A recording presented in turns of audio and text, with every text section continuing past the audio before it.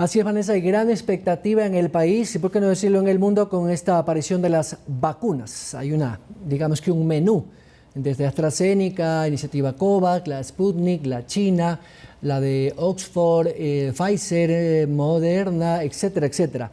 Aquí la gente lo que quiere saber es cuándo van a estar aquí, si efectivamente su uso o su aplicación va a ser tan rápida como se ha dicho.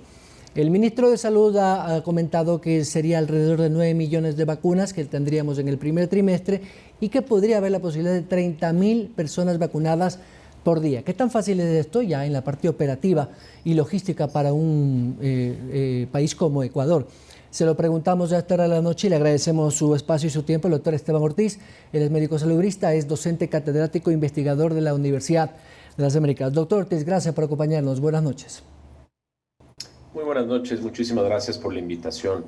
Y pues bueno, en realidad es un tema complejo, ¿no? Las vacunas no se producen ni siquiera en la región ahora y estamos nosotros en el proceso de competir por vacunas que 7 billones de personas a nivel mundial están queriendo. Por lo tanto, hay cierta improbabilidad de que las vacunas lleguen en las dosis que se han señalado, en el tiempo que se han señalado. Seguramente llegarán algunas dosis en etapas tempranas del año siguiente, pero definitivamente esas dosis no serán suficientes como para vacunar a un grupo poblacional por completo. Tal vez servirán para hacer una especie de vacunación, un modelo, un plan piloto, pero definitivamente no vamos a poder tener las vacunas que se han estipulado en el tiempo que se ha estipulado en el mes que se ha estipulado.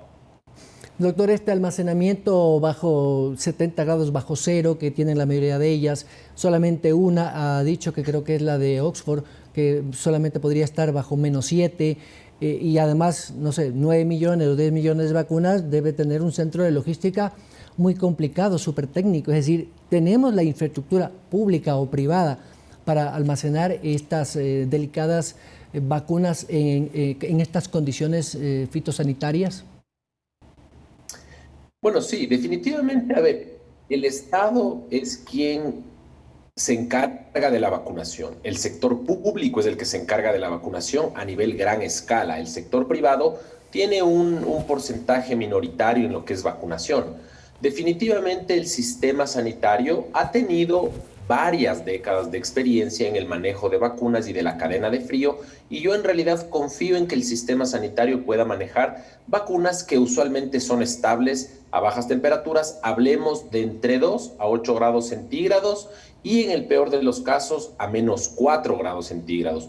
Cuando nosotros hablamos de vacunas que son altamente, digamos, vulnerables y altamente volátiles, si se quiere, como son las vacunas de material genético, la que puede ser de Pfizer, que necesita refrigeración de -80 para guardarla y tiene solo 5 días de vida útil cuando se la descongela a -20, entonces ahí sí entramos en problemas. Lo mismo pasa con la vacuna, digamos, de Moderna, que necesita -20 en la mayoría de tiempo, pero esta sí puede estar estable hasta por 25, 30 días a una temperatura que va entre los -4 a los +8.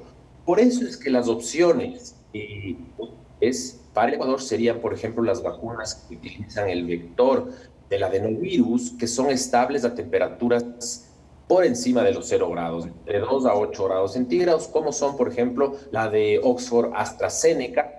Y pues veamos qué pasa en teoría con vacunas como la rusa o la china, pues que tienen, igualmente tendríamos que ver los resultados, a ver si es que son estables a esas temperaturas, porque llegar definitivamente a un país como el nuestro, tropical, con muchos lugares alejados, con vacunas que necesitan -80, es prácticamente imposible en las condiciones actuales, ¿no? Doctor, la autorización que tienen los organismos internacionales, llámese la OMS y en el caso del mercado americano, la FDA, que es, digamos, similar al ARSA ecuatoriano, entiendo que están ya en esa carrera por darles la certificación para que las vacunas norteamericanas, sobre todo Moderna y Pfizer, puedan ser distribuidas en este año o a finales de noviembre, han dicho las autoridades sanitarias norteamericanas, a su población. Para el caso ecuatoriano, el ARSA o el INSPI son las que deben dar este aval para el consumo humano. ¿Cuánto puede demorar estos trámites? Bueno, a ver, esperemos que al ser un tema prioritario, el sistema burocrático del ARCSA funcione de forma expedita. Entendamos nosotros que una vacuna necesita entrar al Ecuador con dos mecanismos principales. El uno es sacar registro sanitario, básicamente hacer el proceso completo, pedir papeles, pedir estudios clínicos, pedir resultados y que la empresa que importa la vacuna saque el registro sanitario. El otro mecanismo es a través de la homologación. Entonces, homologa el registro sanitario que le dieron la FDA a la vacuna de Moderna o de Pfizer. Entonces, esa homologación es más rápida.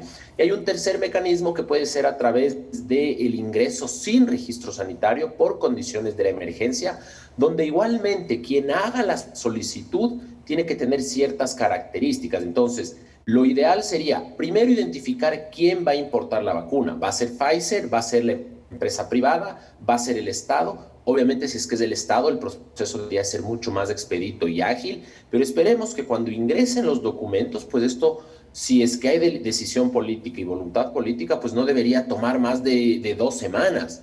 Sabemos que en condiciones adversas, como por ejemplo, les pongo un ejemplo muy puntual, el infliximab hace 4 o 5 años, la defenestrada en Pharma se demoró un año en un registro sanitario. Entonces, a ver, entendamos que hay muchas diferencias, esperemos que sean expeditas, pues y ojalá que dure menos de 2 semanas el registro en el país, ¿no?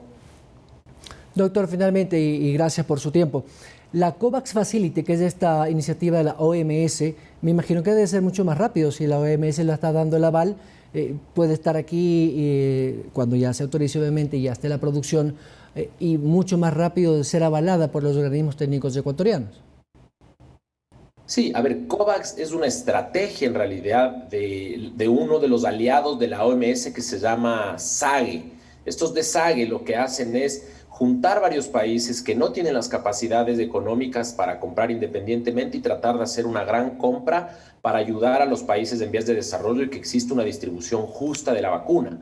Esta estrategia de COVAX obviamente trataría de distribuir las vacunas lo más rápido posible a los países que más lo necesiten. Sin embargo, independientemente de la estrategia, en algún punto la Agencia Reguladora Nacional tendrá que tomar una decisión. Entran por la estrategia COVAX y yo no les pido documentos, entran por la estrategia COVAX y yo les pido registro sanitario, o entran por la estrategia COVAX y yo les pido que se homologuen con la certificación FDA que ya recibieron. Entonces, debería existir algún documento legal que permita definitivamente que esa vacuna ingrese al Ecuador sin tanto trámite, ¿no?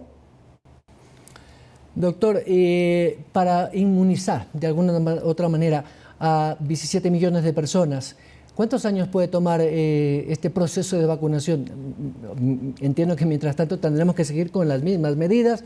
Cambió el mundo y nos cambió la vida. Por lo tanto, mascarillas, medidas sanitarias, hasta el 2022, ¿cree usted? Sí, a ver, hay dos cosas importantes. Una, la pandemia está definitivamente perdiendo fuerza desde el punto de vista matemático. Esto es algo que quiero que lo tomen muy bien. No es que la situación está mejor o peor, simplemente como hay cada vez más infectados en la fórmula matemática, es más improbable cada vez que existan más contagios, al menos hasta que digamos, inmunidad se pierda totalmente. Entonces, con o sin vacuna, el año que viene la situación de COVID-19 mejorará y eso es algo que yo lo tengo muy claro. El siguiente punto es, obviamente nosotros sabemos que hay estrategias de vacunación que tienen coberturas del 90%, pero acordémonos que la cobertura no se da a toda la población, sino se da a un grupo específico. Entonces, una vacuna para un grupo de niños, pues en el Ecuador pueden tener o deberían tener 90% de cobertura, en algunos casos tienen 60, en otros 70, pero definitivamente esto dependerá de la cantidad de gente que vamos a vacunar. No creo que sea conveniente vacunar a todos en un solo año, sino que deberíamos estratificar, empezar por el 1.2 millones de ancianos o de personas mayores de 65 años y cuando acabemos ese grupo vulnerable, pues pasarnos a los 50,000 médicos y enfermeros, más los otros 50,000 personal sanitario, entonces son 100,000 más y seguramente después de eso podemos enfocarnos en personas que son menores de 65 años y que tienen vulnerabilidades clínicas o patologías preexistentes, ¿no? Y al final, entre más joven, más tendrás que esperar para esta vacuna, porque sabemos que es menos peligrosa entre más joven eres, ¿no? Doctor Esteban Ortiz, muchas gracias por sus reflexiones y criterios científicos. Un abrazo a todos. Saludos. Gracias al docente e investigador de la Universidad de las Américas, doctor Esteban Ortiz. Vamos a la pausa, regresamos con más información.